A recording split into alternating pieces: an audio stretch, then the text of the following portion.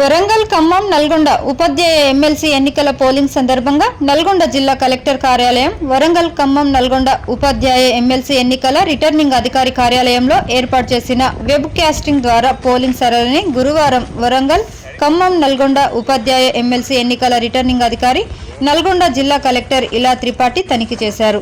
వరంగల్, ఖమ్మం, నల్గొండ ఉపాధ్యాయ MLC ఎన్నికల polling మధ్యాహ్నం వరకు మొత్తం 48.68% నమోదైనట్లు జిల్లా కలెక్టర్ తెలిపారు.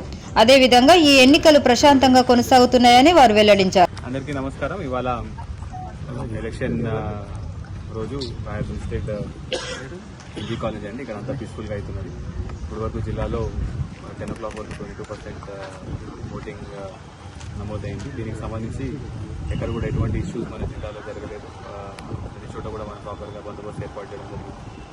ప్రతి ప్లేస్లో కూడా మన సిఐ, డిఎస్పీ అందరి పర్యవేక్షణలో కూడా ఎటువంటి ఇష్యూస్ లేకుండా ఓటింగ్ అనేది ప్రశాంతంగా జరుగుతుంది. ఇప్పుడు వరకు కూడా మనకి ఎటువంటి కంప్లైంట్స్ కూడా రాలేదు.